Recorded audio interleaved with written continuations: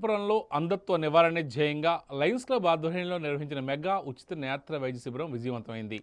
జిల్లా అంధత్వ నివారణ సంస్థ మరియు పుష్పగిరి కంటి ఆసుపత్రి సహకారంతో స్థానిక లయన్స్ కళ్యాణ మండపంలో గురువారం ఈ కార్యక్రమాన్ని ఏర్పాటు చేశారు.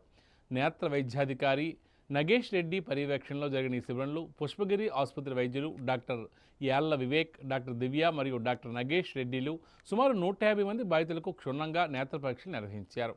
ప్రధానంగా దృష్టి దోషం, కేటరాక్ట్, కొయ్యకండ మరియు నీటి కాసులు వంటి వివిధ రకాల కంటి సమస్యలపై వైద్య బృందం గుర్తించింది.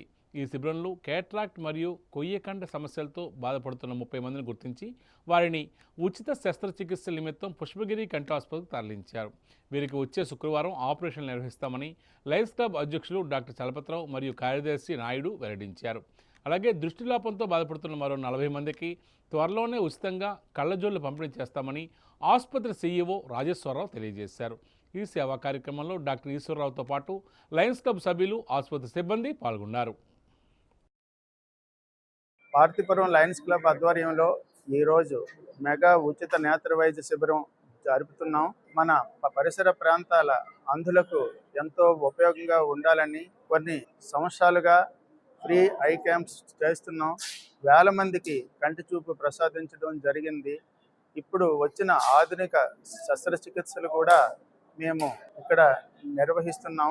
ఈరోజు ఈ చుట్టుపక్కల పరిసర ప్రాంత ప్రజలకు ఎంతో ఉత్తమ వైద్య సేవలు అందిస్తాము.